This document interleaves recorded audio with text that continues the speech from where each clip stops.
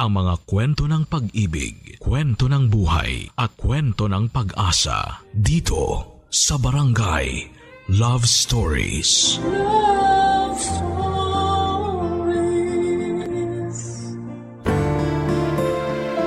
Mahirap mamaalam sa isang tao na akala mo ay makakasama mo na sa dulo ng hangganan.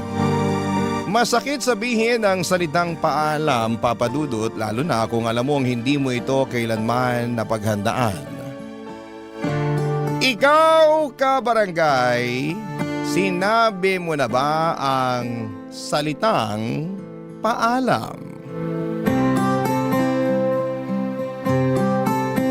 Dear Papa Dudut, nahanap mo na ba ang the one para sa'yo?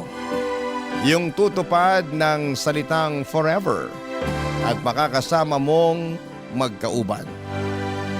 Ako ay nahanap ko na siya. Magandang tanghali po sa inyong lahat. Ako nga pala si Isay, nasa mid-30s na. Nakilala ko ang the one para sa akin after kong graduate ng kolehiyo. Siya si Roy, kaidarang ko lamang din. Naging malapit siya na kaibigan ng nakakatanda kong kapatid na si Leia. 1 taon lang ang tanda ni Leia sa akin kaya parang magkaibigan na kaming dalawa. Si Leia, Papa Dudut, ang best friend kong may tuturing. Kaya nga sa kanya ko unang binalita ang tungkol sa amin ni Roy noong sinagot ko na siya. Naging masaya si Leia para sa akin. Alam niyang sa aming dalawa, ako tong mapagpaniwala sa happily ever after na drama. Kaya nga noong nakilala at pinahal ko na si Roy, hindi na ako nagsayang pa ng panahon, Papa Dudut. Ginawa ko ang lahat mapatunayan lamang sa kanya na ako ang babaeng deserve niya. Mahigit 1 dekada na ang relasyon namin pero parang kahapon lang nagsimula ang lahat. Palaging may pagmamahalan sa bawat tinginan naming dalawa. Palaging may paru-paro sa aming mga sikmura na hindi nauubos at napapagod lumipad-lipad. Ang cording nga na masasabi para sa iba na hindi naniniwala sa ganitong kagaling na love story. Pero oras na masubukan mo na. Ang mahika ng pagmamahal, kahit gaano ka pa katigas at katatag ay mabilis ka lamang manghihina. Pero mabilis ka ring sasaya. Ganon si Roy sa buhay ko. Kaya nga pinangako ko sa sarili ko, Papa Dudut, kahit na anong mangyari wala akong ibang lalaking mamahalin, kundi siya lamang. At hindi naman ako lugi dahil ganon din siya sa akin. Sabi nga niya, ako na ang dulo niya.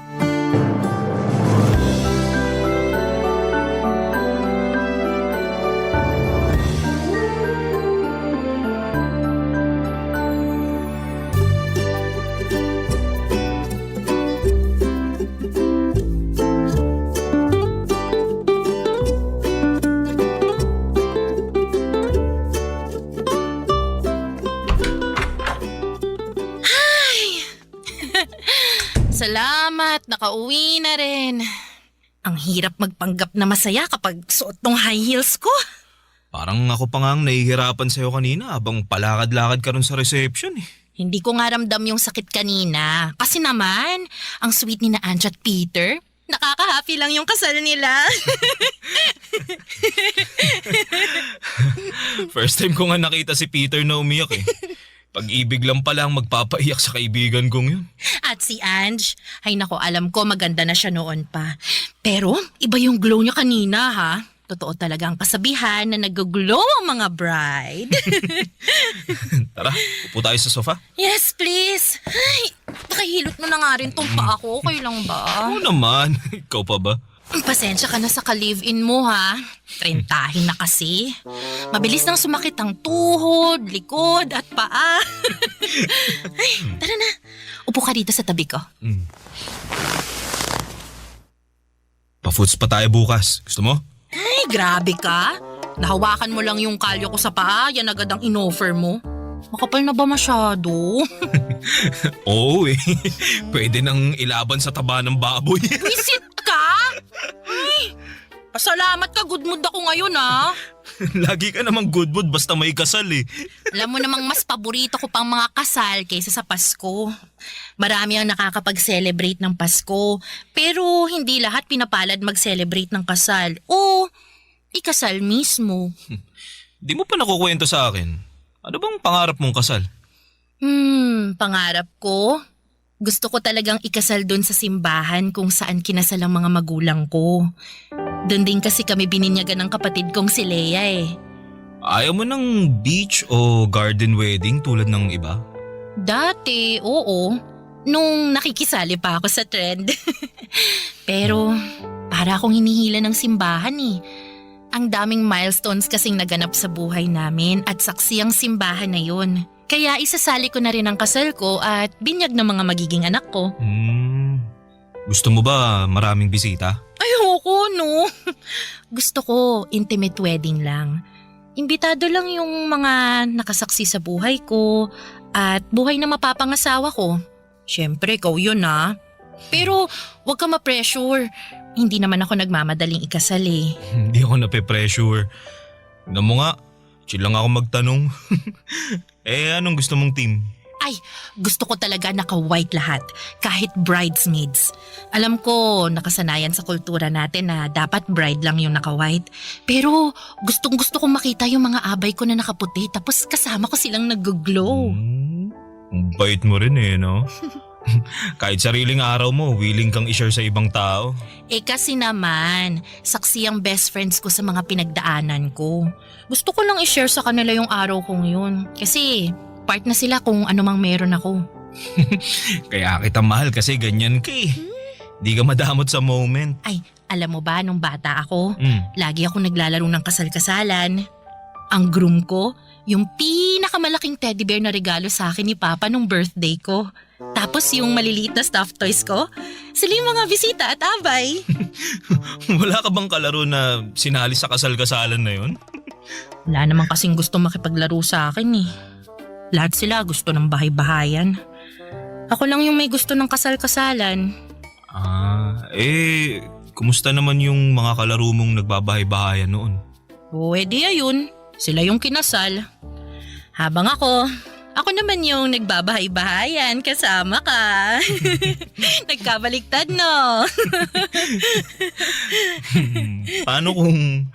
Paano kung totohanin na natin yung pangarap na kasal ng batang Isay? Anong ibig mong sabihin? Pag inaya ba kitang magpakasal, papayag ka? Ha?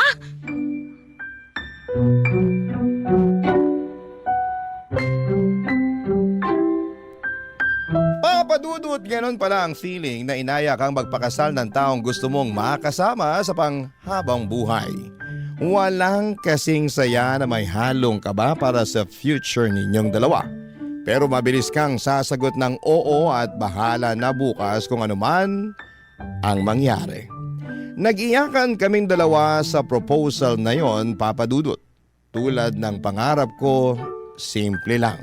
Wala kaming kamerang nakatago para makapture ang moment na yon at ma-post sa social media. Kaming dalawa lang ang nakakaalam sa nangyari sa araw na yon. Plinano naming huwag munang ipaalam sa mga tao.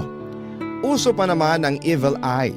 Mahirap nang ma-jinx ang araw na pinakahihintay naming dalawa. Tahimik naming inasikaso ang magiging kasal naming dalawa. Lahat ng gusto at pinangarap ko noong bata ako, lahat yon ay handang tuparin ni Roy para sa akin. Napakaswerte kong masasabi. Tanging ang coordinator lang ang nakakaalam sa magaganap na kasal. Saka na namin ipapaalam kapag malapit na ang petsa ng kasal. Iwas sa mga taong inggit at tahimik na gusto kaming pabagsakin. Iwas jinx. Pero parang hindi yon uubra, lalo na kapag tadhana na ang nagpasyang wag ituloy ang naplano. Isang araw, Papadudot, natagpuan ko na lamang ang sarili kong tumatakbo papasok ng ospital. Pumasok sa isang kwarto at mahanap doon ang isang pamilyar na mukha na nangako sa akin na habang buhay siya ang aking makakasama.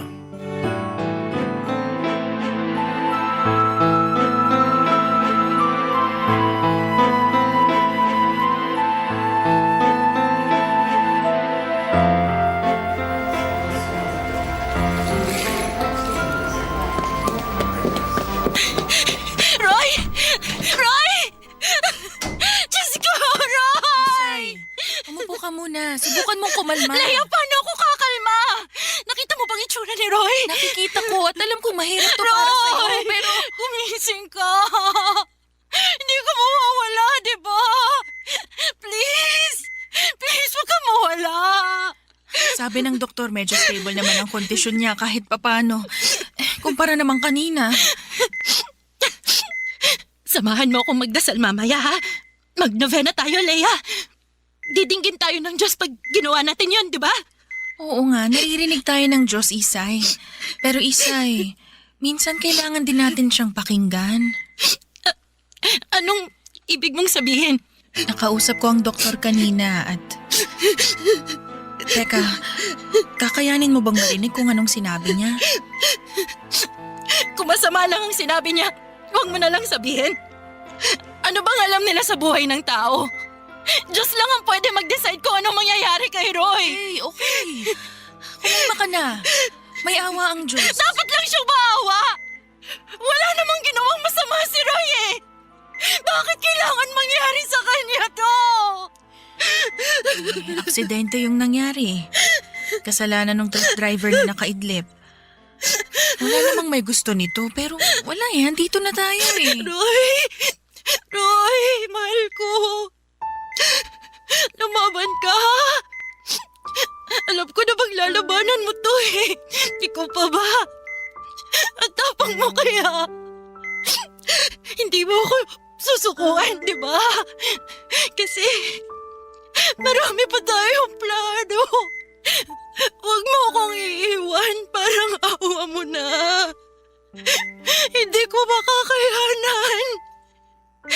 Kaya please, Roy, para sa atin, kailangan kita, Roy. Roy, huwag mo akong iwan. Isay, magpakatatag ka.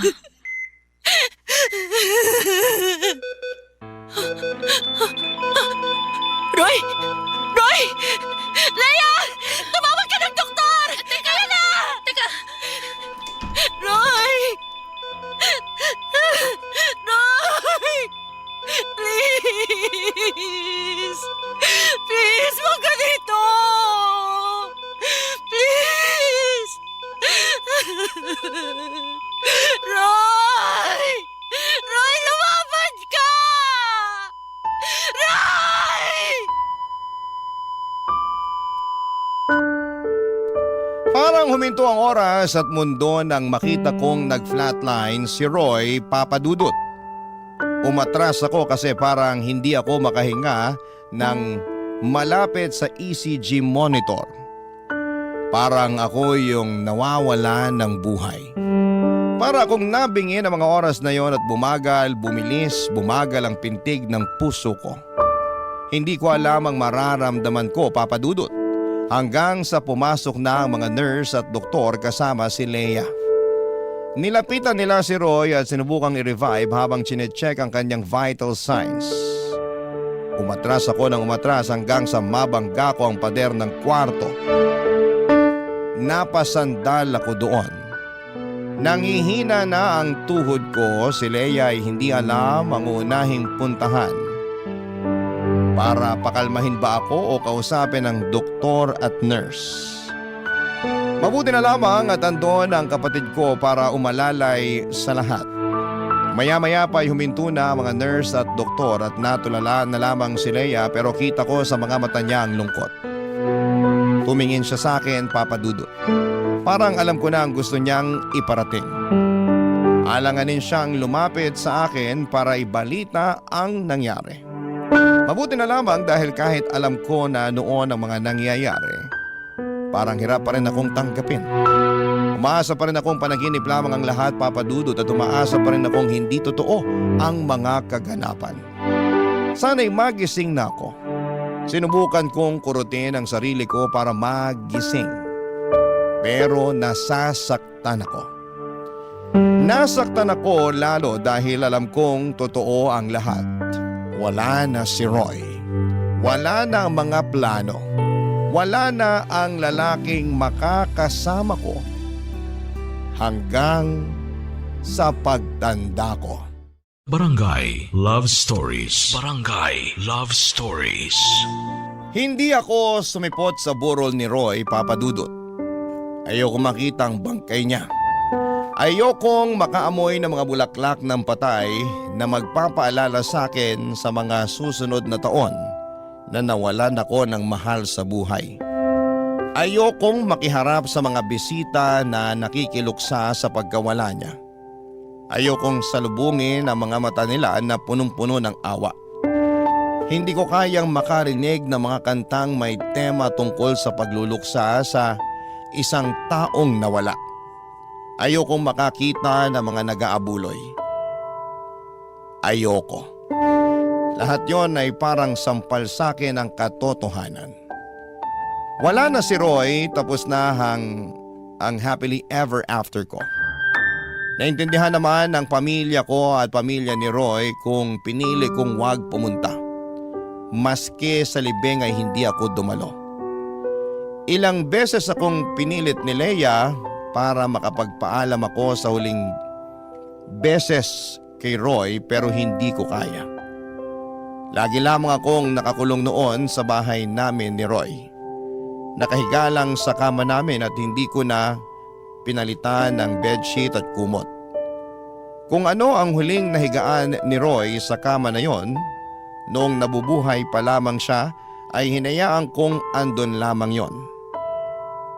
Sinamyo ko ang amoy niya noong nabubuhay pa siya. Yakap ko ang unan niya. Inaamoy-amoy yon habang iniiyakan. Kung nakikita man ako ni Roy ng mga oras na yon, alam kong malulungkot siya. Pero sana'y maintindihan niya, nasaktan ako sa paglisan niya.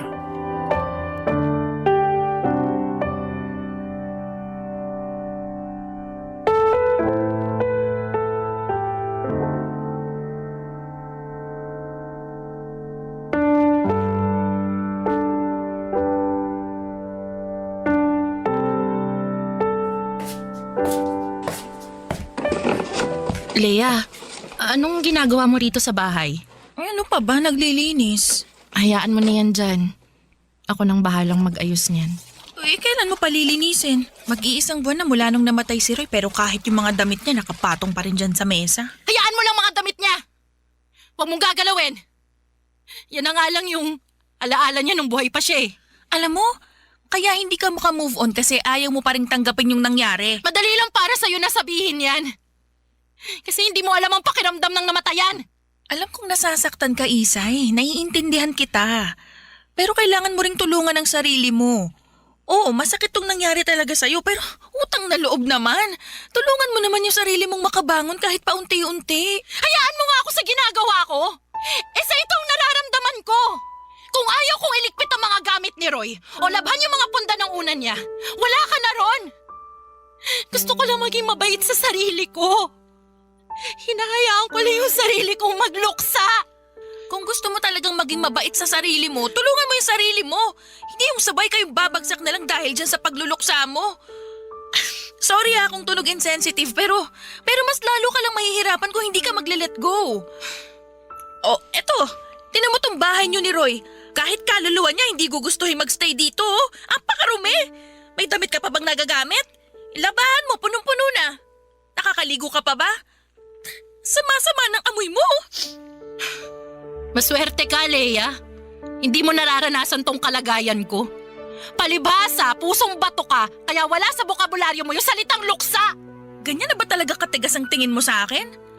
Alam mo bang nasasaktan ako ngayon na tinitingnan ng nag-iisa kong kapatid na bagsak na? Sa tingin mo madali sa akin na harapin ka sa ganyang kalagayan? O, pasensya na ah. Kasama ko si Roy sa bahay eh. Araw-araw. Tapos, bigla na lang siyang nawala. Ang hirap matulog sa gabi kasi hindi ko na siya mayayakap. Ang hirap na gigising ako na lang pala mag-isa. Naiintindihan mo ba yun?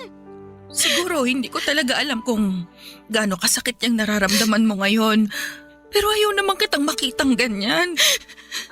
Kaya ako nandito. Sasamahan kita. Kung kailangan mo ng katabi sa gabi para may mayakap, ako na lang.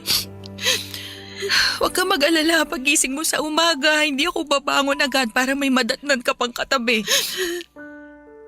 Ayos lang ba yun sa'yo? Leia! Miss na miss ko na si Roy! Bakit niya ba ako iniwan agad? Tahan na. Hindi ko rin alam ang sagot dyan eh.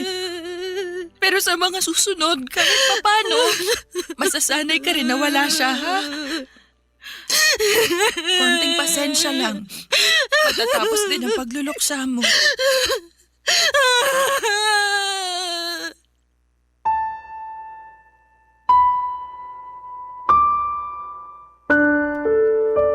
Naalala ko pa noong bata pa lamang kami ni Leia, kami lagi ang magkakampi.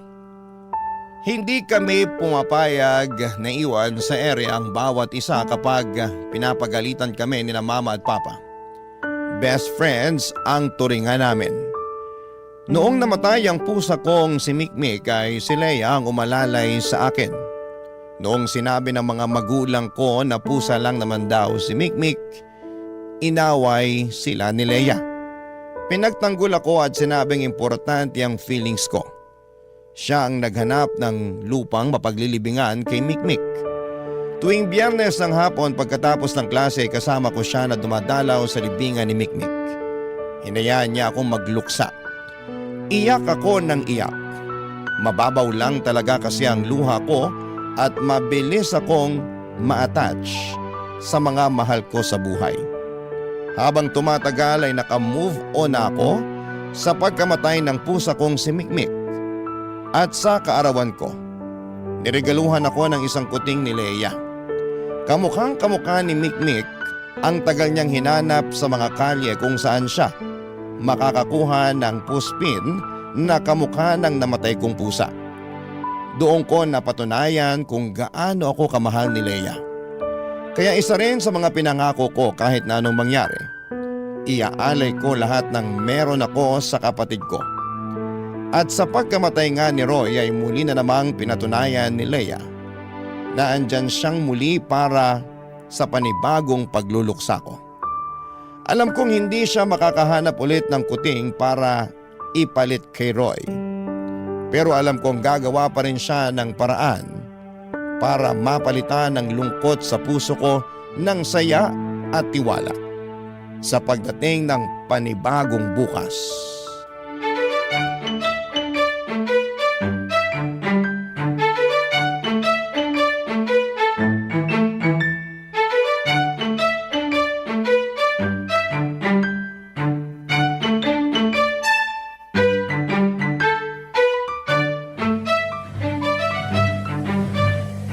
Leia? Oh, gising ka na pala. May niluto akong longganisa at ham. Nandyan sa mesa. Microwave mo na lang para uminit ng konti.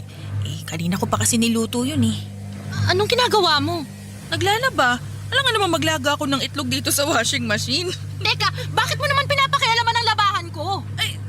Hindi ko na matiis yung amoy eh. Kumakalat na rito sa loob ng bahay mo. Nilaban mo pati damit ni Roy? Nakababad na dun sa batya. Ano pang gagawin ko? Susunod ko ng lalaban pagkatapos nitong mga pantalon mo. Uy, Isay! Ano bang ginagawa mo? Bakit mo pinagkukuha yung mga nakababad na damit ni Roy? Hindi mo to dapat nilaban! Dapat nasa basket lang to eh! Hayaan mo to! Hindi na pwedeng ibalik yan sa basket. Basa na! Hindi, papatuyuin ko. Tulungan mo ako isabit lahat. Dali na! Para hindi mawala yung amoy ni Roy sa mga damit niya. Isay naman. Leia! Sige na naman oh! Parang awa mo na! Intindihin mo naman ako kahit ngayon lang! Gusto ko nandito pa yung amoy ni Roy eh! Halika na! Isabit na natin! Please! Di ko na alam gagawin sa'yo eh. Hayaan mo na lang ako! Ayos lang naman ako eh! Komportable naman ako nagluluksa. Ayos lang ako na maging malungkot. Tama, ito ang kailangan ng katawan ko. Kaya, pagbigyan mo na ako. Kahit ito lang, please. Mas lalo mong pinapahirapan ang katawan mo eh. Tingnan mo nga, sobrang payat mo na. Kahit sa malayo kitang butot balat ka na. Alam mo, hindi nakakatulong to ginagawa mo eh. Alam mo ba, kung nakikita ka ni Roy ngayon, malulungkot yun lalo. Baka dahil dyan sa ginagawa mo, lalo niyang hindi matanggap na patay na siya. Baka hindi siya makatawid dahil patuloy mo siyang inihila sa mundo natin. Eh di maganda nga yun! Huwag siyang tumawid! Wala akong pakialam kung kaluluwa na lang siya na umiikot-ikot dito sa bahay. Basta dito lang siya!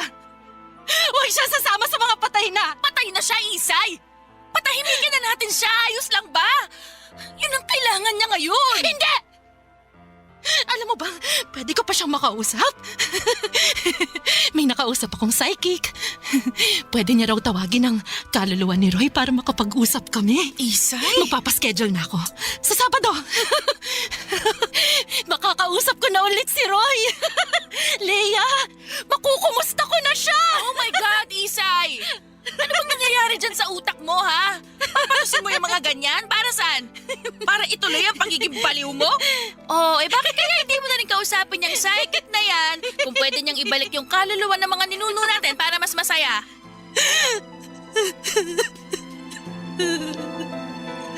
Sobra ka na! Ikaw ang sobra na. Nakakapagod kang tulungan. Sino ba nagsabi sa'yo na tulungan ako? Ikaw naman to nagpumilit na pupunta rito, ha? Ikaw to nakialam sa buhay ko! Ba't tinutulungan ka na nga lang? Ganyan pa rin sasabihin mo sa akin? Sana pala, hinayaan na lang kitang mabulok sa kwarto niyo ni Roy. Alam mo, kapag nagkausap kayo ni Roy ngayon, sumama ka na lang sa kanya ha, para tapos na yung problema ko. Oo talaga! Sasama ako sa kanya! Humanda ka lang! Sasama ako sa kanya para maintindihan mo kung gaano kasakit mawala ng mahal sa buhay! Sa huling sinabi ko ay nakita ko kung paanong natakot si Leia Papadudot. Nakonsensya ko bigla. Alam kong ako ang kahinaan ni Leia. Mahal na mahal ako ng kapatid ko at ramdam ko yon palagi. Mali ang sinabi ko. Kaya naman nagpakalma muna ako. Hinayaan ko na siyang labhan ang mga damit ni Roy at pumasok ulit ako ng kwarto at doon umiyak.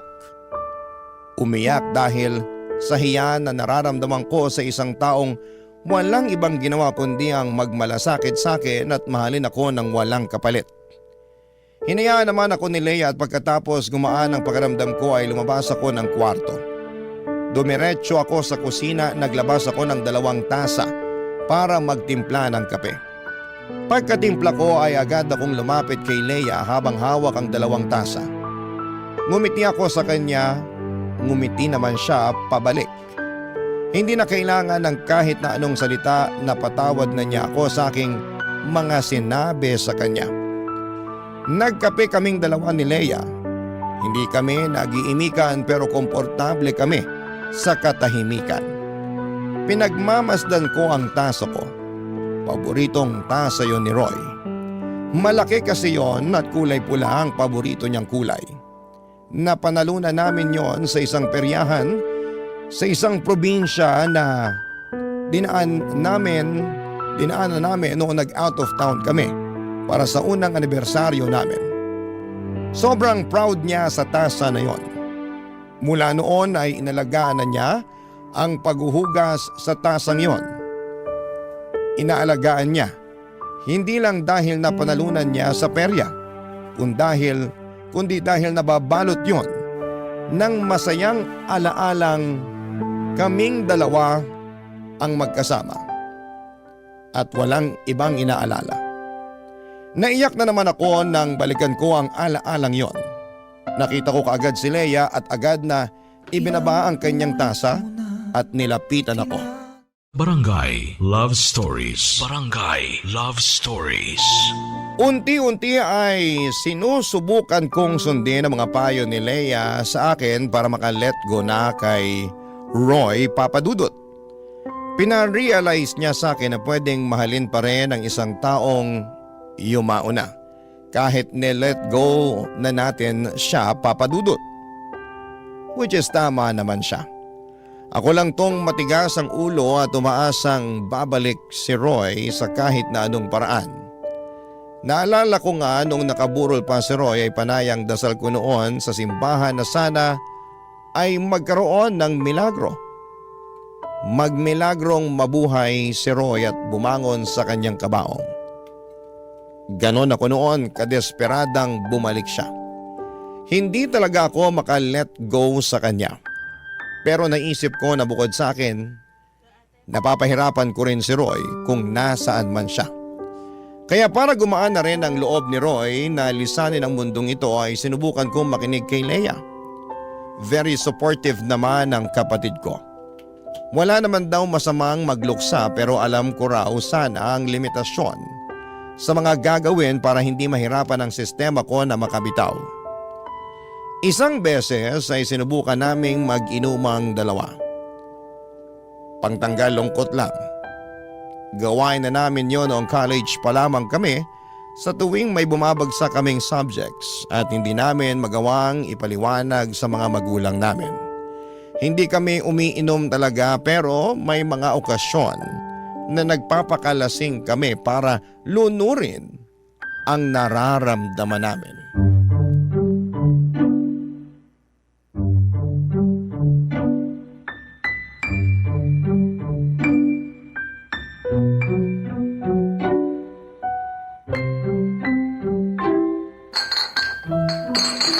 Parang ayoko na, Isay.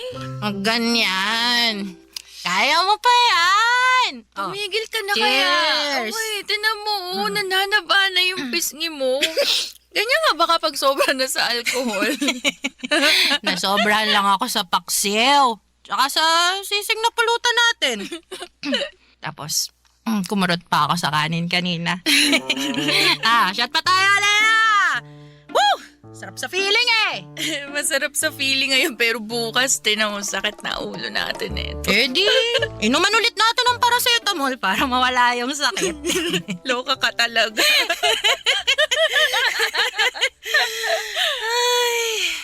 Totoo pala na nakakawala ng sakit ang alak, no? Kahit papano, gumanang pakiramdam ko. Uy, pero wag mong ugaling tumakas gamit yung alak ha. Pinagbigyan lang kita ngayon para makapag-bondin tayong dalawa. Banding? Sige! Gusto ko niyan! Ano bang pwede nating pag-usapan para maging masaya tong banding natin? Mag-amin na ng mga secret. Ano, Jika? Oo, sige! Sige. Sige, ako muna. Sige. Gina ako ngayon. Alam mo ba, nung mga bata pa lang tayo, bakasyon nun sa probinsya natin. Tapos, di ba, inaya kang tumakas nung crush mong si Greg papunta dun sa peryahan nung gabi? Oh. Alam mo ba kung bakit ka nahuli ni Lola? Ay, sinumbong mo ko, Lolo. Kaloka ka talagang babae ka. Kasi naman, Lea. Nagsiselos ako nun eh. Crush ko rin kaya si Greg. Tapos, biglang malalaman ko na ikaw pala yung gusto niya. Di nung nalaman kong tumakas kayo nung gabi papuntang peryahan, aba, sinumbong agad kita kay Lola. Baliw ka, napahiya ako nun ha. Sinundo ako ni Lola sa peryahan tapos may hawak na stick na pamalo. Inampas kaya nun yung puwet ko. Patabi ko pa nun si Greg. Grabe, nakakahiya. Sorry na, Lea. Bata pa naman ako nun eh. Alam mo naman ako, sobrang selosa. Pag may gusto akong lalaki, gusto ko akin lang siya. Kaya nga pinaubaya ko na sa'yo si Roy nun eh. Anong pinaubaya si Roy? Hindi, wala yun. Mali lang yung nabanggit kong pangalan. Yung yun, ibang manliligaw mo yun. Teka, wala namang ibang nanligaw sa akin kundi si Roy lang ah. Lea, may kailangan ba akong malaman? Ay, magligpit na tayo ng mga... Babasagin ko lahat yan kung hindi mo sa akin sasabihin ko ano meron sa inyo ni Roy. Matagal na yun. Matagal na nga. Pero karapat ako pa rin malaman. Naging kami ni Roy. Pero bago ka pa dumating nun sa buhay niya. Anong ibig sabihin nun? Klaruhin mo. Naalala mo nung may nagpapadala ng sunflower sa akin sa bahay? Tinutokso mo pa ako noon at pilit mong inaalam kung sino yung nagpadala noon. Si Roy. Ano? Si Roy ang nagpadala ng mga bulaklak sa akin. Hindi ko lang masabi sa'yo noon kasi hindi pa naman ako sigurado kay Roy eh. Alanganin ako sa kanya kasi gusto ko matupad muna yung pangarap ko. Tapos feeling ko makakasira lang siya sa pag-abot ko noon. Pero mabilis akong nahulog sa kanya. Nilihim muna namin yung relasyon namin hanggat hindi pa ako sigurado kung siya na ba talaga. Kasi alam mo yun, ini-enjoy ko namang kasama siya pero lagi akong ginugulo ng mga plano ko sa buhay. Kaya wala kang nalaman nun kasi kami lang talagang dalawa yung may alam sa relasyon namin. Pero wag kang mag-alala, magulo ang naging relasyon namin. Away-bati kami. Yung maghihiwalay tapos magkakabalikan tapos walay na ulit. Tapos naisip niya, ligawan ka nung natapos na yung relasyon namin. Ikaw pala yung kinukwento niyang one great love niya. Ha? Yung babaeng minahal niya bago ako dumating sa buhay niya. Hindi ako yun. Ikaw yun, Isay. Ikaw yung one great love na Ikaw sinasabi yung- niya. Ikaw yung naging kahati ko sa kanya nun. Kahit kami yung magkasama, ikaw pa rin yung bukang bibig niya.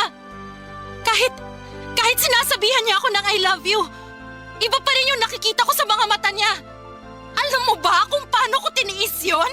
Alam mo ba kung anong mga sakripisyo ang ginawa ko para lang mabura ka sa buhay niya? Ni hindi ko man lang nalaman na ikaw pala yung babaeng dahilan kung bakit niya ako ginawang panakip-butas!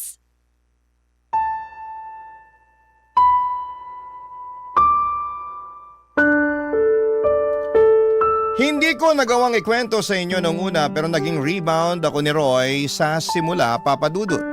Hindi niya yon inamin sa akin pero naramdaman ko yon sa mga unang buwan na magkarelasyon kami. Panay ang kwento niya na sinasabi niyang one great love niya ang dumaan sa buhay niya. Kung paano niyang ibinuhos ang lahat ng meron sa kanya pero sa huli itataboy lamang siya nito at babaliwalain dahil mas importante ang pangarap para sa kanya. Galit na galit ako noon sa babaeng iyon. Sinumpa ko pa siya kung sino man siya. Nakakabigla na malaman sa dulo na ang kapatid kong si Leia pala yun. Walang kasing sakit na mapagselosa ng sarili mong kapatid sa bandang huli. Iisang lalaki ang minahal namin at napakasakit na siya ang nauna. At siya ang totoong nakakuha ng best version ni Roy. Parang tira na lamang ang naibigay sa akin. Pinilit kong pagtrabahuhan ang pagmamahal ni Roy para lahat ng pag-ibig na natitira niya para roon sa babaeng nanakit sa kanya ay mailibing na sa akin. Sobrang hirap pero nagawa ko naman. Ayos na sana ako sa past na yon kung hindi lang ni-reveal sa akin nang hindi sinasadya ni Leia ang katotohanan. Ang tagal nilang tinago sa akin yon para akong niloko sa lagay ko. Sa tuwing magkakasama kami noong nabubuhay pa si Roy, ano na lamang ang nararamdaman nilang pareho. Sa bawat okasyon na magkasama kaming tatlo ay meron ba silang naaalala sa naging relasyon nila? Paminsan-minsan ba ay naaalala nila ang past nila? Ang masasayang mga araw na magkasama sila. Naalala pa ba nila kung paano nilang minahal ang isa't isa? Ang sakit lang i-overthink. Oo, nasa past na yon pero napakasakit na pagtaguan ng ganong sikreto mula sa dalawang taong minahal ko ng totoo, Papa Dudut.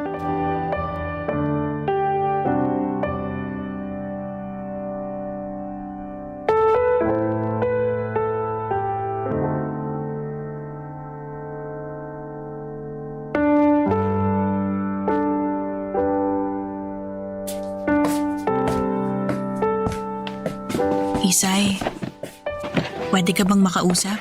Nag-aayos ako ng gamit. Ano to? Nilalagay mo na sa box yung mga gamit ni Roy? Yun naman ang utos mo sa akin noon pa man, di ba? Dahil ba to dun sa naging usapan natin kagabi? Ayoko nang pag-usapan yun. Huwag mo naman akong pahirapan ng ganito, Isay. Kausapin mo ko. Sabihin mo sa akin yung nararamdaman mo para alam ko kung anong gagawin ko para mapagaan natin yung sitwasyon. Dagdagan mong kwento tungkol sa inyo ni Roy. Kailangan kong malaman ang lahat. Ka naman ganyan, Isay. Hayaan na lang natin sa nakaraan yun. Akala ko ba gusto mong pagaanin ang sitwasyon? Bakit umaatras ka sa gusto ko? Mas lalo lang kasing bibigat yung sitwasyon kapag hinalungkat mo pa yung nakaraan. Ito ang gusto ko. Gusto kong malaman yung totoo tungkol sa inyo. Oh, sige. Pwedeng minahal ako ng sobra ni Roy. Pwedeng ako nga yung naging one great love niya. Pero ikaw pa rin naman ang dulo niya. Hindi yan ang gusto kong malaman. Noong time na niyaya niya akong magpakasal. Inaya ka rin niya magpakasal? Tumanggi ako kasi hindi naman ako ganun kasigurado sa kanya. Oo, at mahal ko siya nung time na yun pero mababaw lang yun kumpara sa pagmamahal ko para sa pangarap ko. Nagalit siya sa akin, sabi niya, gaganti raw siya. Akala ko naman wala lang yun. Pero nung nakita ko na lumalapit-lapit na siya sa'yo at nalaman kong nililigawan ka pa niya, hinarang ko siya. Tama ang hinala ko na gusto kanyang paasahin at lokohin para masaktan ako. Alam niya kung gaano kita kamahal. At alam niyang ikaw ang kahinaan ko. Kasi oras na masaktan ka, masasaktan din ako ng sobra. Nakakatawa naman pala! Nagalit ako sa kanya. Sinubukan ko namang pigilan yung namamagitan sa inyo noon, di ba? Sinabi ko sa'yo na kaibigan ko siya at kilala ko siya kaya mag-iingat ka sa kanya pero hindi ka nakinig. Kasi sabi mo, dahil kaibigan ko siya, magtitiwala ka. Kasi alam mong hindi ako nakikipagkaibigan sa masasama. Wala na akong nagawa kundi bantayan ang bawat kilos niya. Masiguro ko lang na hindi ka masasaktan. Talaga lang ah. Pinagdasal ko na lang na sana hindi ituloy ni Roy yung balak niya. At sa awa ng Diyos, hindi naman. Minahal ka pa nga niya, di ba? Sobra. Napanatag na ako noon. Lalo na nakapag-usap kaming dalawa at humingi siya ng sorry sa pinlano niya. Nakalimutan na niya ako dahil sa'yo.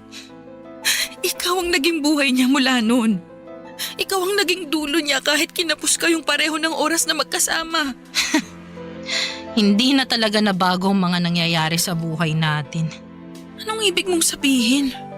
Naalala mo, nung mga bata tayo, lahat ng pinagsawaan at pinaglumaan mo, sa akin napupunta. Hindi ako nakakatanggap ng mga bagong gamit kasi kailangan mo munang lumain bago mapunta sa akin. Bakit naulit pa rin yan dati? Bakit? Si Roy na napagsawaan at napaglumaan mo, ako pa rin ang sumalo. Isay. Bago man ang halian, umalis ka na. Ako nang bahalang magligpit sa mga gamit ni Roy. Kaya ko na to. Salamat at tinulungan mo akong mapagaan ang pagluluksa ko sa kanya. Diyan ka na. Nagmamadali akong lumakad palayo kay Leia Papadudut. Ayokong makita niyang mukha kong talo sa mga nangyari. Sinubukan ko pang isalba noon ang natitirang pride ko bilang taga-salon ng mga nagamit na ni Leia. Napagsawaan at napaglumaan. Ang unfair noon, Papadudut, oo, mahal ko ang kapatid ko pero hindi ko maiwasang makaramdam sa kanya ng inggit dati pa naman dahil siya ang unang naka-experience at nakakagamit ng mga bagong bigay ng mga magulang ko. Saka na iaabot sa akin kapag kupas na at hindi na magandang tignan. Ako na lang lagi ang magre-remedyo para magmukha ulit yung bago.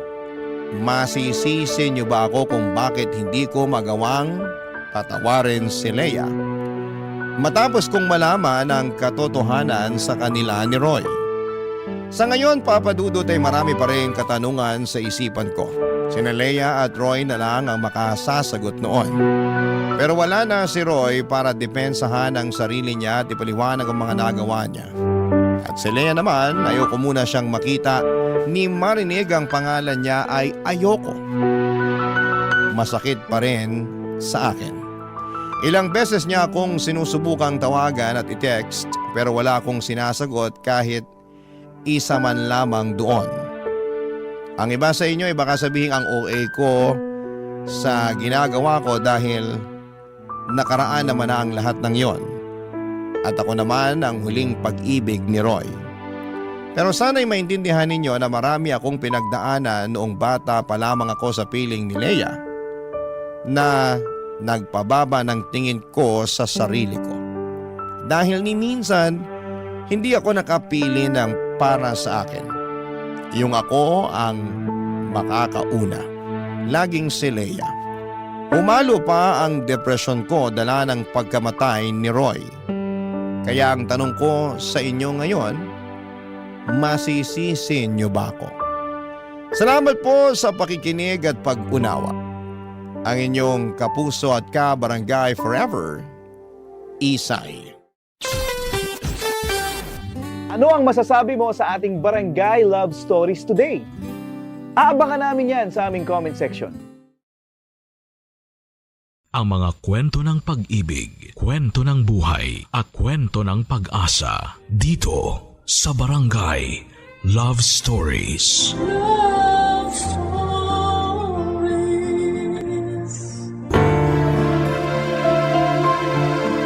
Marami sa atin ang araw-araw na nakikipagsabayan sa agos ng kahirapan. Parang walang katapusang karera habang ang presyo ng bigas, gulay at pamasahe ay pataas ng pataas. Ang sahod naman ay tila nananatiling nakaidlip.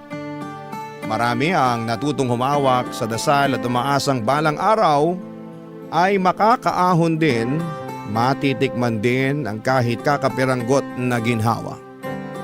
Ikaw, kabarangay, kailan mo nasambit sa sarili mo na all is well pa rin? Kahit halos lahat ay tila hindi na maayos.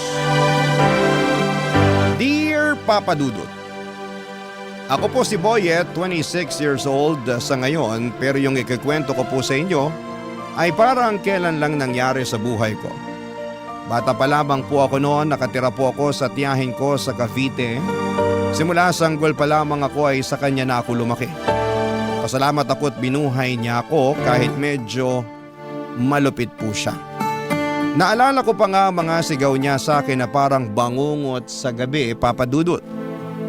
Kaya gusto ko noon na makita ko ang nanay ko.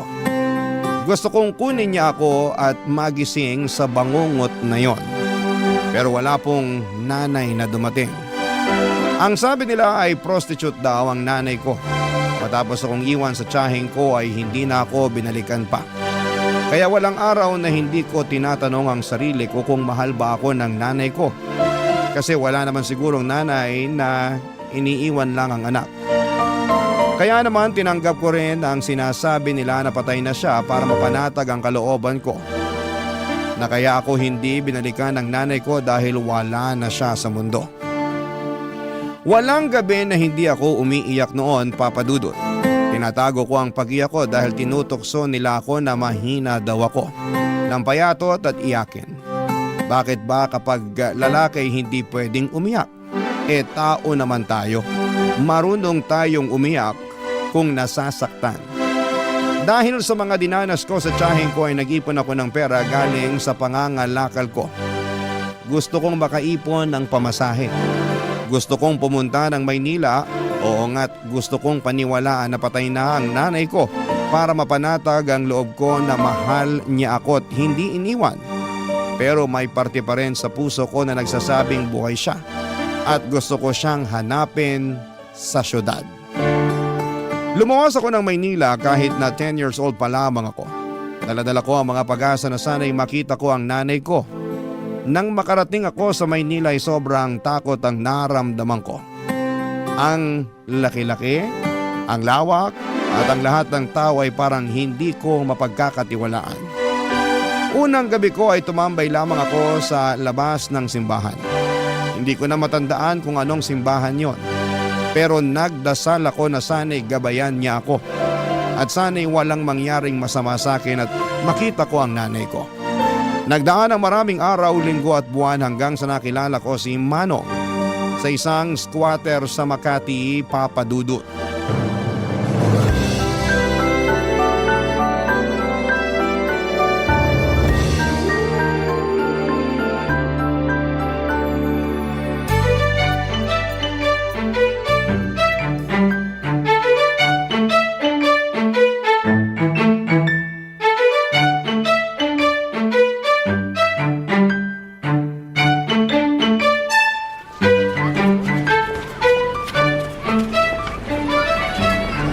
Boyet! Gising na, umaga na. Manong, Talagang bata ka. Dapat sanayin mo yung sarili mong gumising na maaga. Alam mo namang salat tayo sa pera. Kailangan nating kumayod. Alam mo yung kasabihang early worm early bird catches the worm. O, tinuro yun ng teacher ko dati. nakapag-aral po kayo, Manong? Ba, syempre. Graduate ako ng elementary. Pero di na ako high school. Bakit po? Ako na yung ini-interview mo eh. Medya ka ba? Ano po yung medya? Yung nagre-report. Yung nagbabalita sa TV. Saka sa radyo. Sila yung nagsasabi ng totoo. Oh, di ba? Alam nila yung totoo eh. Oh, kapag sa kanila po ako magtatanong kung kilala nila nanay ko, sasabihin nila sa akin. Eh nako, Boyet. Yan ang hindi ko alam. Malamang hindi rin nila alam. Ang hirap naman kasi nung tanong mo eh. Eh siguro wala na talaga nanay ko. Manalig ka. Huwag mawala ng pag-asa. Opo. Asya, inumin mo na tong tinimpla kong gatas habang mainit pa. Salamat po, Manong ah. Parang kayo na nga po tatay ko eh. Talaga ba? Tatay yung tingin mo sa akin? Opo. Di ba yung mga tatay nag-aalaga sa mga anak nila? Eh, pinagtitimplan niyo ako ng gatas eh. Ginising niyo ako para lang ipainom sa akin to. Ay nako, sige na. Ako na tatay mo. Pero Manong pa rin yung itawag mo sa akin ha. Baka pagkamalan talaga akong anak kita. Hindi na ako makapanligaw niyan. Opo, Manong. Eh yan, mabuti nang nagkakaintindihan tayo. Eh, Manong, salamat po sa pagkup-kup niyo sa akin ha. Kung hindi dahil sa inyo, baka patay na ako. Wala akong makain nun eh. Naisipan ko na nga magnakaw dahil sa gutom eh. Pero nandun kayo. Eh, mabuti naman, hindi ka nagnakaw. Alam mo, marami nang magnanakaw na nakaupo sa pwesto. Kaya hindi umuusad yung buhay dito sa Pilipinas dahil sa kanila eh. Talaga po, Manong? Oo, yun ang sabi ng teacher ko dati dun sa elementary. Tanda ko pa nga kailangan daw mag-aral para hindi mauto ng mga politiko. Kaya ikaw, mag-aral ka sa susunod na pasukan. Opo, sige po. Mayos ka. Kita mo naman dito, maraming halang ang kaluluwa kasi salat sa buhay. Walang makain. Sabi ko naman sa'yo na mag-ingat ka rito kasi tuso ang mga tao. Hindi natin masisisi kasi pinagkaitan ng mga tao dito. Hindi mo masisisi na ganito yung ugali ng mga tao kasi walang-wala. Kailangan mabuhay. Kaya ikaw, mag-aaral ka. Opo, Manong. Oh, mayos ka, Boyet ha. Dapat asal tao, di hayop. Ibig sabihin nun, maging mabait lang ako. Wala mo na pa pala eh. Pero, may ba ako? Talaga bang ayaw mo nang bumalik dun sa kamag-anak mo sa Cavite? Ayoko na po, Manong. Eh, baka may ginawa kang masama, kaya ka naglayas. Ayoko talaga sa tao yung sinungaling eh. Manong, hindi po ako nagsisinungaling. Gusto ko po talagang makita ang nanay ko. Hindi ko nga alam kung saan ko siya hahanapin pero andito daw po siya sa Maynila. Napakalaki ng Maynila. Di po, may picture naman po ako ng nanay ko eh. Kung makikita ko siya, sigurado makikilala ko yun. Eh dapat kapag nakita ka niya, maging proud siya sa'yo. Kaya mag-aral ka sa susunod na pasukan, ha? Opo, masusunod po. Papadudot nakatira kami sa pinagtagpi-tagping yero pero ramdam kong nakahanap ako ng tatay sa piling ni Manong. Kahit walang maayos na bahay, mainit, marumi, pero para sa akin ay may pag-asa dahil kay Manong. Matandang binata si Manong, wala siyang asawa at wala ding anak. Dahil wala nga siyang anak kaya ko na ang itinuring niya na parang sarili niyang anak. Ang sabi niya sa lugar na gaya ng squatter ay tuso ang mga tao. Hindi dahil masama sila kundi dahil lahat ng tao sa paligid ay pinagkaitan. Walang araw at gabi na hindi na ako pinapangaralan. Sabi niya kahit mahirap dapat ay matuto pa rin akong maging matinong tao. Pinag-aral niya ako at binilhan ng lapis, papel at gamit sa eskwelahan. Sobrang saya ko talaga, papadudot. Inihatid pa niya ako sa eskwelahan at sinisigurong okay lang ang unang pagpasok ko. Naramdaman ko na kahit na hindi kami magkadugo ay mahal niya ako. Ngunit tulad ng karamihan sa mga bata ay naging pasaway din po ako. Hindi na ako natutuwa sa lapis at papel. dahil sa mahirap palang mag-aral. At marami akong nakakaaway na kaklase ko at maging sa ibang section at grade. Hindi naging safe sa akin ang eskwelahan dahil isa pala siyang malaking arena na samot-saring mga bata na iba-iba ang ugali. May matalino, may hindi binayayaan ng talino, may mabuti at masama na sa tingin ko ay hindi naturuan ng tama ng magulang o sadyang spoiled lamang at gustong manghamak ng ibang bata. Hindi ako naging masaya tuwing pumapasok ako, Papa Dudut. Kaya hindi ko sinabi kay Manong na hindi na ako pumapasok. Mas pinili kong magkalakal muli. Mas pinili kong gumala para maghanap ng pera. Kung magkaroon man ako ng kaaway ay hindi ko na kailangan pang magpaliwanag sa teacher. Ang importante sa akin ay makahanap ako ng pera. Hanggang sa isang araw, hindi na naitago ang ginagawa ko. Pinatawag pala si Mano ng teacher ko na hindi ko alam. At sa gabing pag-uwi niya ay nakita kong galit na galit si Manong sa akin, Papa Dudut.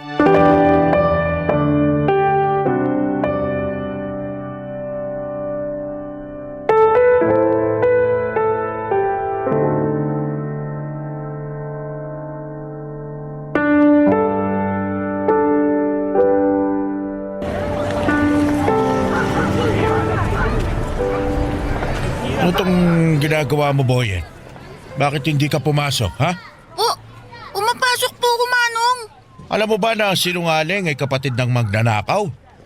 Ayokong lumaki kang maging masamang tao, ha? Manong! Pinatawag ako ng teacher nyo. Sinabi niya sa akin na 2 linggo ka nang hindi pumapasok.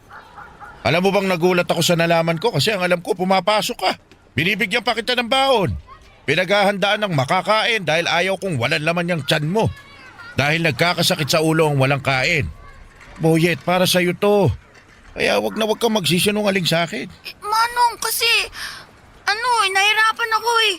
Saka kumikita naman ako. Tsaka yung pinabaon yung pera, iniipon ko naman, di ko ginagastos.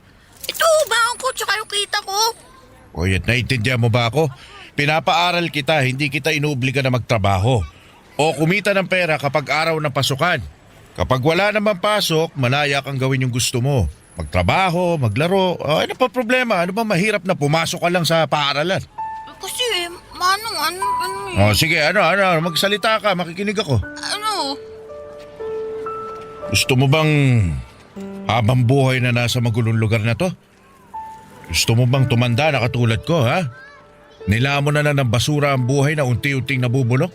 Manong, sorry na po. Alam mo, anak na ang turing ko sa'yo. Naging responsibilidad na kita. Hindi na kita pwedeng pabayaan, Boyet. Hindi ako nagkaanak. Ayaw kong magkaanak, kaya hindi ako nag-asawa kasi takot ako eh. Takot ako sa responsibilidad. Kita mo naman, ano may bibigay ko magandang buhay sa pamilya ko, sa magiging anak ko na mahirap pa ako sa daga. Ayokong maghirap ang magiging pamilya ko, ang magiging anak ko. Pero nung dumating ka, naisip ko, ako na ang pamilya mo.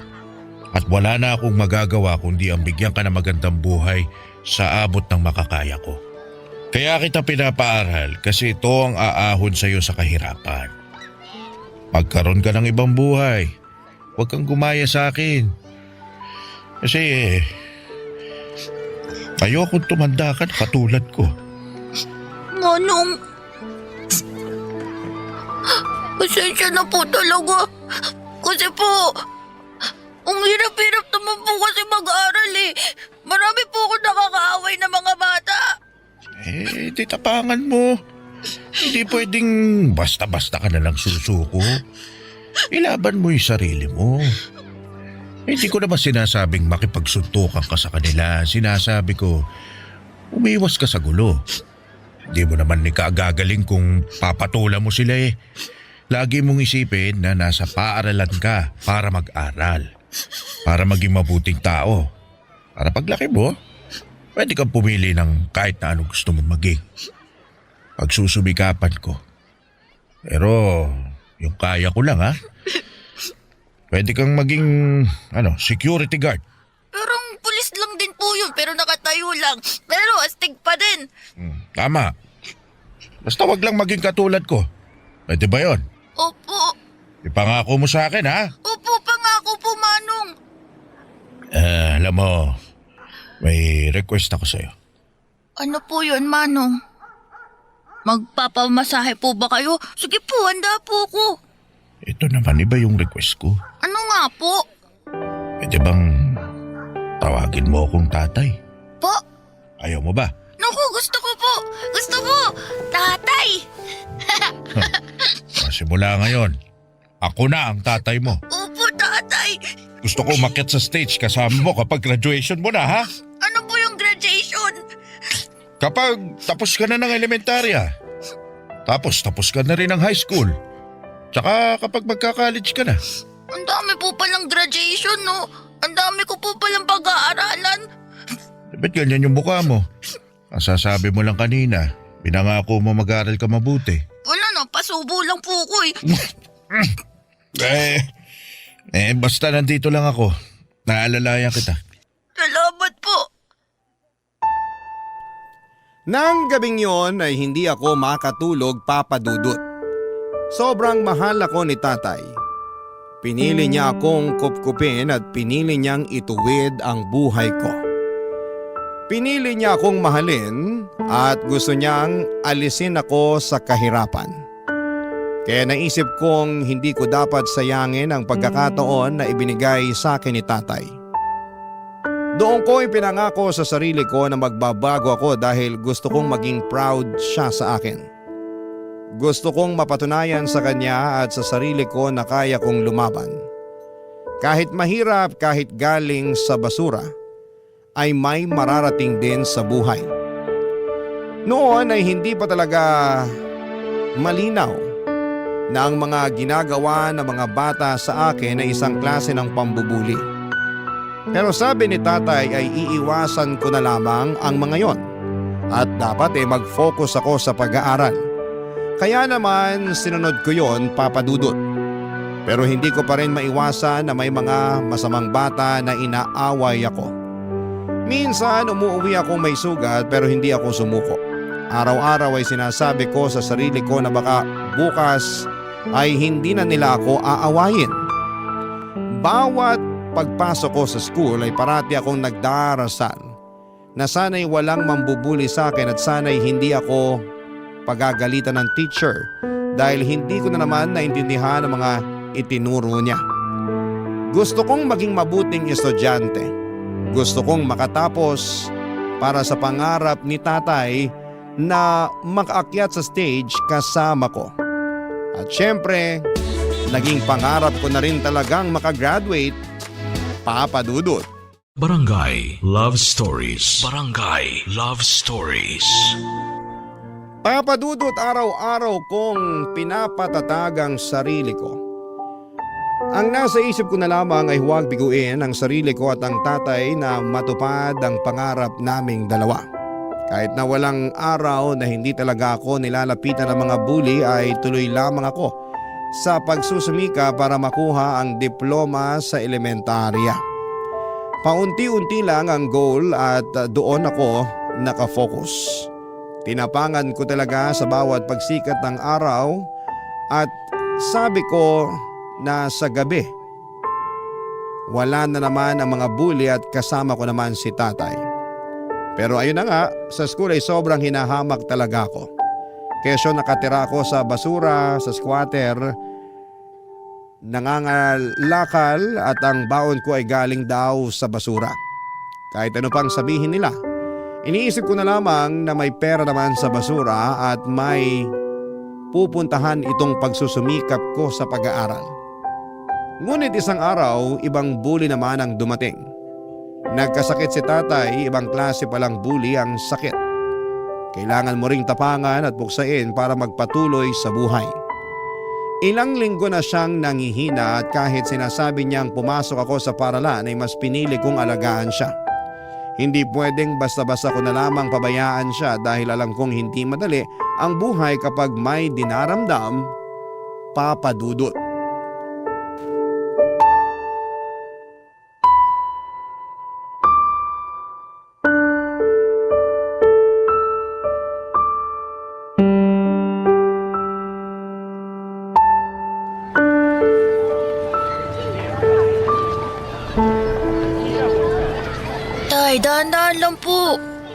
Maupo na po kayo. Tay, kailangan niyo pong kumain para lumakas kayo. Di ba ito yung ginagawa niyo sa akin tuwing may lagnat ako? Alam mo, kaya ko naman yung sarili ko. Talaga si tatay oh. Ayaw talagang inaalagaan siya. Sige na, mag-ayos ka na. Aming araw na hindi ka pumapasok. Hindi po tay. Dito muna ako sa bahay. Ay nako, huwag na matigas ang ulo. Paano ka gagraduate niyan kung parati kang absent? Baka ibagsak ka ng teacher mo. Tay naman eh. Anong tayo naman? Oh, sige na, pumasok ka na. Kakainin ko na itong pagkain. Eh, paano kung darating yung sinasabing demolition? Paalisin tayo rito. Sino kasama nyo? Kung nandito ako, masasamahan ko kayo. Hindi nila tayo mapapaalis. Naganda na yung mga kapitbahay natin ng mga ipambabato sa mga yon. Eh, nakita ko ron sa kabilang kanto. Grabe ginawa nila. Wala na hong nagawa yung mga nakatira dun. Paano kung saktan kayo rito? May sakit pa ho kayo oh. Eh, kung nandito ka, kaya mo ba ako ipagtanggol sa mga malalaking tao? Oh, kita mo, hindi ka makasagot. Basta dito lang ho ako. May mga inihandaan naman akong pambato sa kanila eh. Ito ang dahilan kung bakit gusto ko makapagtapos ka ng pag-aaral. Para hindi ka matatakot na paalisin sa bahay mo. Makakabili ka ng sarili mong bahay o may pera ka para umupa ng matirhan na may legal na titulo. Yung bang re-respetuhin ka ng mga tao. Tay, ang hirap po pala maging mahirap no? Ang dami mong dapat gawin para lang hindi ka masasaktan. At makuha mo yung respetong sinasabi nila. Kung hindi na talaga kaya, hahanap na lang tayo ng ibang mapapwestuhan. Siguro mas makakatulong sa mga tao yung itatayong barangay complex dito. Grabe naman po pala sila. Wala, ganun talaga eh. Oh, Tay, okay lang po ba kayo? Oo naman. Sige na, mamaya ako na ito ubusin. Tay, yung totoo. Mukhang kailangan ko lang maiga ulit. Sige oh. Salamat, Boyet. Baka nabinat ho kayo kakaisip sa demolition na yan. Siguro, pero okay lang ako. Tutulog ko na lang to, mawawala rin. Lalakas din ako. Sana po eh, bumalik na sa dating lakas ang katawan nyo, Tay. Galing ako, anak. Tay, mukhang ito na ho yung demolition. Titingnan ko sa bintana. Tay, ito na nga ho yung demolition. Tay! Uy, Tay, gising! Tay, kailangan na nating lumabas. Tay! Tay, wag na ho kayong matulog. Kailangan na nating lumabas ng bahay. Tay, bakit parang hindi ka na humihinga? Tay! Tay naman, gumising ka na! Promise, papasok na ako. Hindi na matigas ulo ko. Gising na, Tay! Gising, Tay! Tulong nga! Ang tatay ko! Tulong! Tulungan niyo ako! Tay, hindi ka pwede mawala. Akit pa tayo sa stage sa graduation ko. Tay! Tay, wag mo ko iwan! Tay! Tay! Tay! Papa Dudut, sobrang sakit balikan ng araw na yon. Lahat nagkakagulo dahil sa demolition habang binawian ng buhay si Manong, ang tatay ko. Kaya naman sobrang galit na galit ako sa mga taong nag-demolish sa squatter. Para kaming mga ipis na pinupuksa na lamang at pinapalabas sa aming mga lungga na parang basura sa lipunan na walang karapatang mabuhay ng may dangal. Tandang-tanda ko na kahit na hindi man natuloy yung sabi nilang end of the world noong 2012, para sa akin ay parang natapos at gumuho talaga ang mundo. Hindi ko alam kung kaya ko bang mabuhay na wala si tatay. Bakit ganon sila sa mahihirap? Pinapalis nila sa lupang yon para tayuan nila ng barangay hall, health center at basketball court. Bakit hindi kami tulungan na bigyan ng marangal na buhay? Nagsumikap kami araw-araw at hindi po kami batugan. Sana yung gobyerno ay nakita ang hinaing ng mga taong gusto lamang ng may masilungan at matawag na tahanan. Kasi ang mga taong ito ay hindi pinapangarap na maging squatter lang habang buhay. Pero sadyang may lapang tadhana at pagkakataon para sa kanila. Mahirap ang buhay. Mahirap makaahon sa kahirapan. Kahit sobrang sakit sa loob ko kasi hindi ko matutupad yung pangarap namin ni tatay, huminto ako sa pag-aaral kasi kailangan kong unahin ang kalam ng sikmura ko kesa sa pag-aaral. Pasalamat na lang ako dahil sa paghihikayat ni tatay na mag-aral ako ay natuto naman akong magbasa at magsulat. Pero syempre hindi ganon kalawak ang pag-intindi ko sa mga bagay-bagay. Basic lang at marunong din akong magbilang kaya alam kong humawak ng pera. At dumating ang isang bagay na masasabi kong mas malaki ang kikitain ko kesa sa pangangalakal. Ibang kalakal na ang ginagawa ko kahit 15 years old ako noon. Pinasok ko ang pagbebenta ng katawan. Nagbigay ako ng aliw sa mga parokyano. Wala akong pinipili. Tama. Nagaya ko sa nanay ko.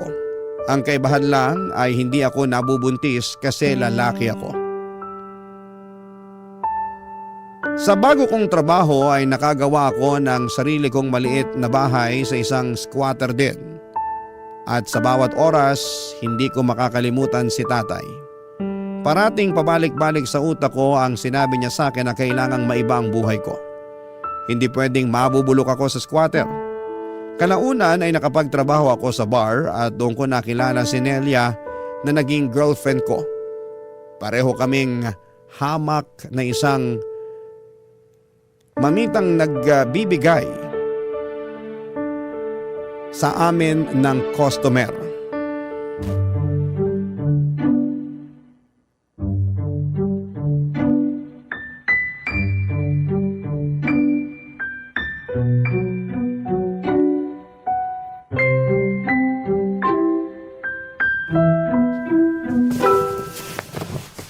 Talagang ganyan ang susuotin mo? Masyadong maiksi naman, babe. Babe naman, parati mo na lang akong sinasaway. Sa trabaho natin, kailangan presentable tayo. Alam mo naman, puhunan natin ang ating mga mukha at katawan. Dapat maayos ang forma natin, no? Alam ko naman yun, pero sana... Ay naku, sana naman kaya ito mapupunta. Ayokong makipagtalo sa'yo, ha? Ay, ayokong malasin ang gabi natin. Nelia, hihingi sana ako sa'yo ng pabor eh. Ayan ka na naman. Gusto mo talaga maging manang ako sa harap nila? Paano ako kikita ng pera? Paano tayo makakaipon? Paano natin mababayaran tong upa sa bahay? Sabihin mo nga sa akin, babe. Alam ko naman yan. Ang sa akin lang, sana bawas-bawasan mo yung pagtanggap ng customer na... Na ano? Na ikakama ako. Diretsahin mo na. Babe, bago pa lang tayo maging tayo, ganito na trabaho ko. Ganito na si Nelia. Ganito na trabaho ko. Isang babaeng bayaran. At ganyan ka na rin. Ito talagang ayaw ko eh. Kapag ikaw pwedeng mangialam, kapag ako hindi. Iba kasi yung... Anong pinagkaiba? Pareho lang naman tayong nagbebenta ng katawan, Boyet. Kailangan natin to kasi hindi tayo nakatapos ng pag-aaral. Wala tayong makukuhang ibang trabaho na magbibigay sa atin ng malaking datong. Wala! Kaya wag na natin pag-usapan to. Ang mahalaga, mag-ingat tayo sa ginagawa natin.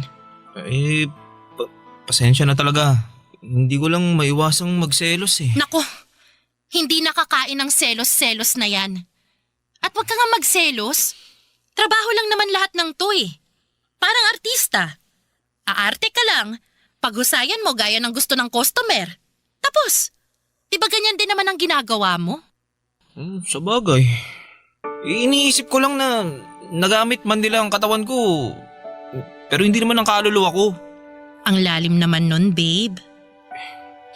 Kaya sana maipasa ko yung exam ko. Para makatapos ako kahit senior high man lang. Para makahanap din ako ng ibang trabahong matino. Gusto ko na kung magkaanak man tayo balang araw, magiging maayos na ang buhay natin. Mabibigay ko sa magiging anak natin ang buhay na maganda. Yung hindi naghihirap. Yung kaya natin suportahan kung ano yung gusto niya. Pag-aaralin natin yun hanggang kolehiyo. Ang taas talaga ng pangarap mo, babe. Pero tama, ayoko rin maranasan ng magiging anak natin ang hirap sa buhay. Naghihirap na nga tayo, ipapamana pa ba natin sa kanilang ganitong buhay?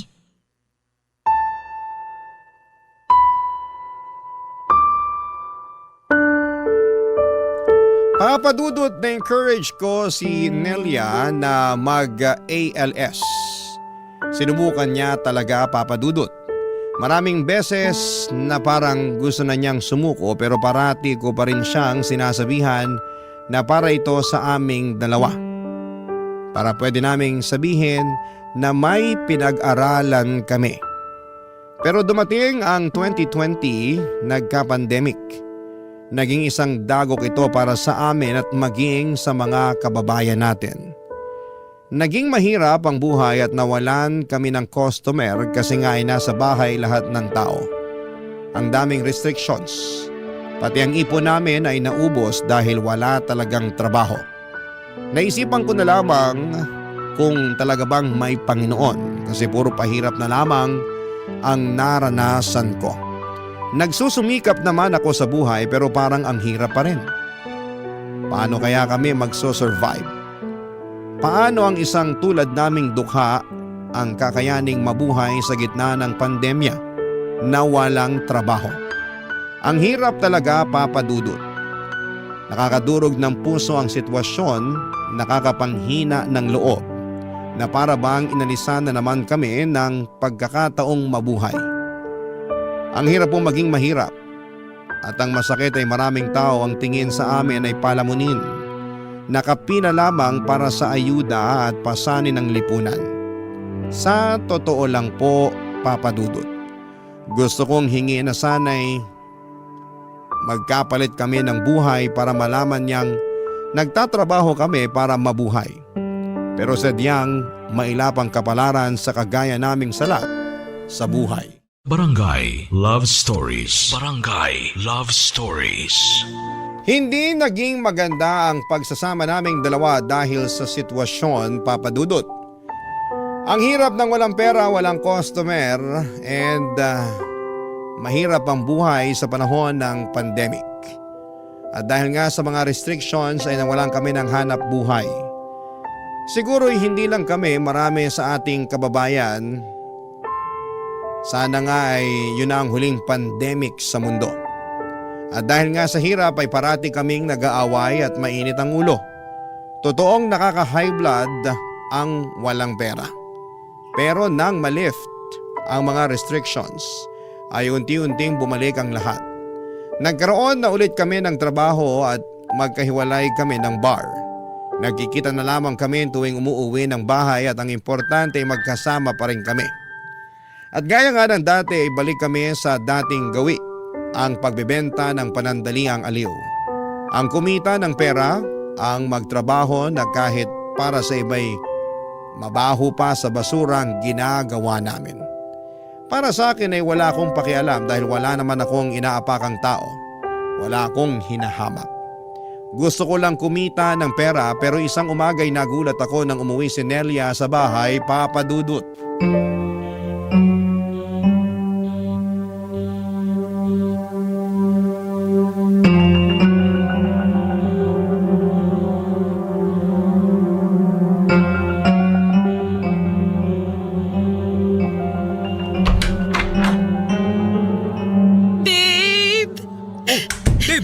Ano nangyari sa'yo? Teka, may mga pasa ka. Sino may gawa sa'yo nito, ha? Babe, nakakatakot siya. Sinaktan niya ako. Sino? Ba't ganito ginawa niya sa'yo, ha? Yung customer ko. Matapos niya akong pabuyin, balak niyang hindi ako bayaran. Kaya umalma ako, pero sinampal niya ako ng malakas. Tumilapon ako sa kama. Tinadyakan niya ako. Pinagsusuntok. Ang sakit. Ang sakit-sakit, babe. Hayop siya! Kilala mo ba yon? Hindi. Hindi ko kilala. Pero kapag nakita ko siya, mamumukan kong demonyong yon. Bakit nangyari siya ito? Kung alam ko lang na ganun siya, hindi na ako sumama sa kanya. Ayoko na. Ayoko na sa lintik na buhay na to. Nakakapagod. Pasensya ka na, Nelia. Kung nandun lang sana ako eh. Naipagtanggol sana kita eh. Ang dami nitong mga sugat at pasamo. Mawalang hiya talaga sila. Kahit noon pa man, kung sino pa yung agad sa buhay, sila pa ang may asal demonyo. Siguro nga, ito na yung panahon na ihinto ko ng ganitong trabaho. Ayoko na. Kaya, magsusumikap ako. Mag-aaral ako. Gusto ko makapagtapos para makakuha ng matinong trabaho na hindi yuyurakan ng pagkatao ko. Tama yan.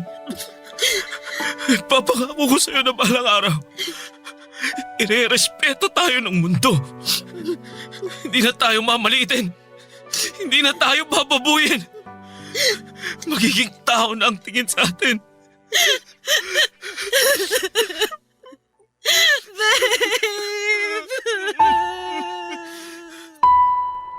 Ilang linggo ring nagpagaling si Nelia sa mga natamo niyang sugat at pasa, Papa Dudut. Sobrang nakakagulat na may tao talagang gagawa ng ganon. Pasalamat na lang ako at hindi niya tinuluyan. Nakakasama pa rin ng loob, bagamat masaya pa rin ako dahil nakakasama ko pa rin ang babaeng mahal ko.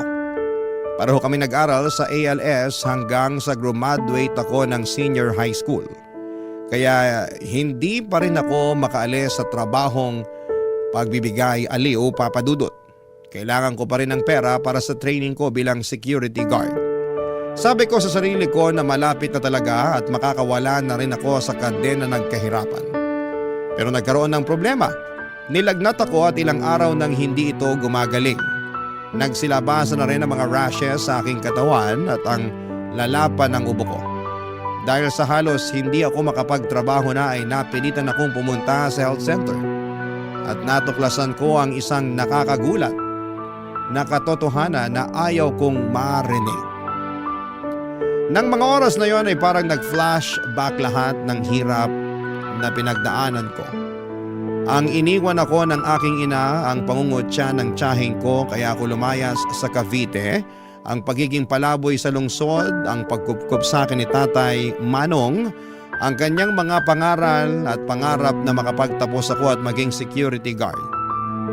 Ang oras nang mawala siya sa buhay ko. Ang araw na akala ko'y mawawala na sa akin si Nelia dahil sa nangyaring pananakit sa kanya. Nasabi ko na lamang sa sarili ko na sa dinami-rami ng tao sa mundo ay bakit ako pa? Bakit sa akin pa nangyari ito?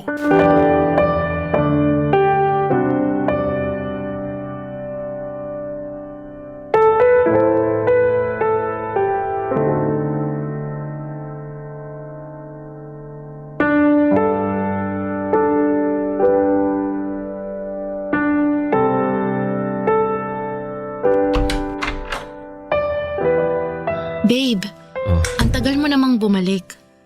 Akala ko kung napano ka na. Halika, kumain ka. Babe, bakit parang tulala ka? Anong sabi ng doktor? Na-check ka ba?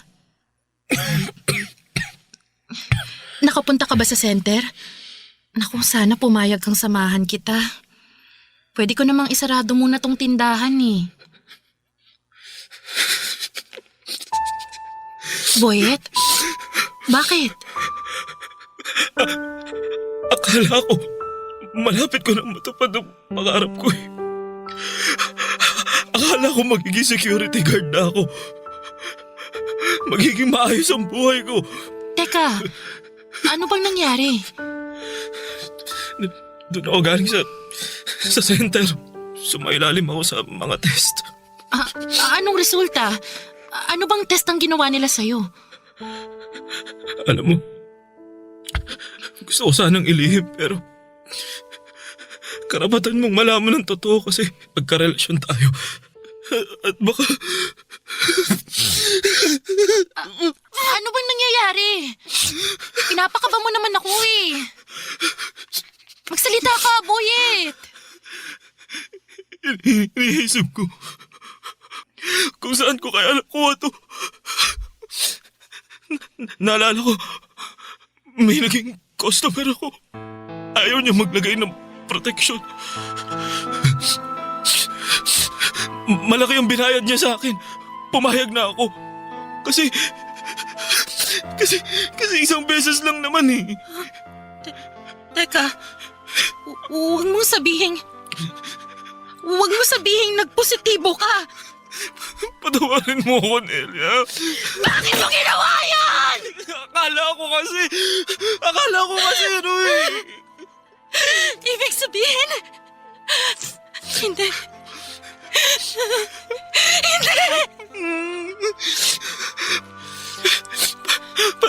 Patawad, Nelia.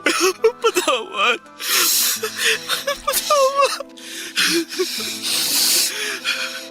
Ibig sabihin, nahawaan mo na ako?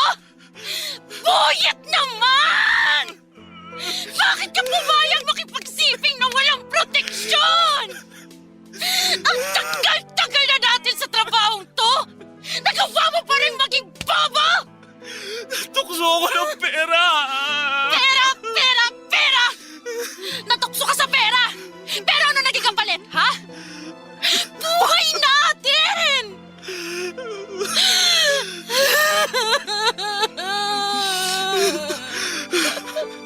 Ayoko, Boyet!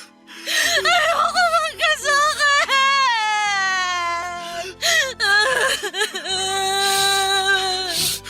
Ayoko magka-AIDS! Ayoko! Nelia, patawarin mo ko. Nindig ka! Eh, magagawa ko yung pagiging mo ng tawad! Alam ko hindi madali ito. Pero hirap na ako eh. At kasalanan mo yun! Tanga! Nelia! Nelia!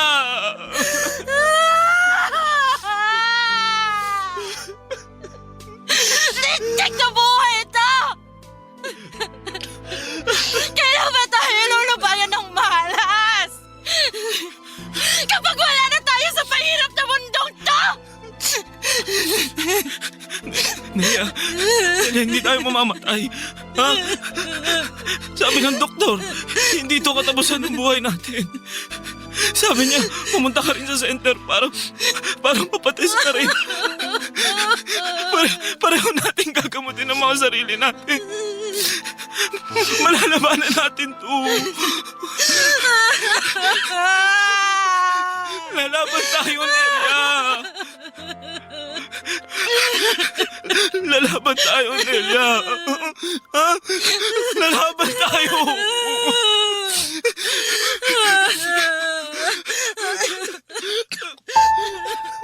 Parang teleserye ang naging buhay ko, Papa Dudut.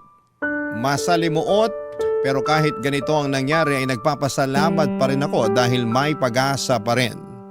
All is well pa rin ang buhay kahit minsan pakiramdam namin ay binigo kami ng kapalaran. Kahit na hindi kami gaanong guminhawa ay nagpapasalamat pa rin ako sa Panginoon dahil buhay kaming dalawa. Siguro ay baka hindi na kami magkakaanak. Kahit sabi ng doktor ay may chance naman basta under gamutan at alaga ng mga doktor. Pero tinanggap na rin namin ni Nelia kung hanggang dito na lamang kami. Masaya pa rin ako dahil kasama ko si Nelia at nagagawa naming mamuhay ng normal araw-araw. Ang mahalaga ay hindi namin nakakalimutang inumin ang gamot. Naging SG din po ako, Papa Dudut. At si Nelia naman ay nakapagtapos ng senior high school pero hindi na siya nagtatrabaho. Focus siya sa aming sari-sari store. Kahit maliit lang ang kinikita ay maayos naman ang naging takbo nito. Ang importante sa ngayon, Papa Dudut, ay buhay na buhay kami at may mga NGO na handang tumulong sa katulad namin. Sana sa mga nakikinig sa programa ninyo ay gusto kong ipaabot sa lahat na sana'y huwag kayong mandiri sa mga taong may HIV dahil hindi naman nakakahawa ang HIV kung walang sexual contact at blood-to-blood contact. Hindi nakakahawa ang HIV kapag nakikipagkamay, paggamit sa isang baso, pag-upo sa tabi ng isang may HIV, paglangoy sa swimming pool, sa ubo at sipon. Sana'y maging malawak ang kaisipan natin at sana'y napulutan ng aral ang naging buhay ko ng ating mga kabarangay. Ang inyong kapuso at kabarangay forever, Boyet. Anong say mo sa Barangay Love Stories na ito? Pagkwentuhan natin sa comment section yan.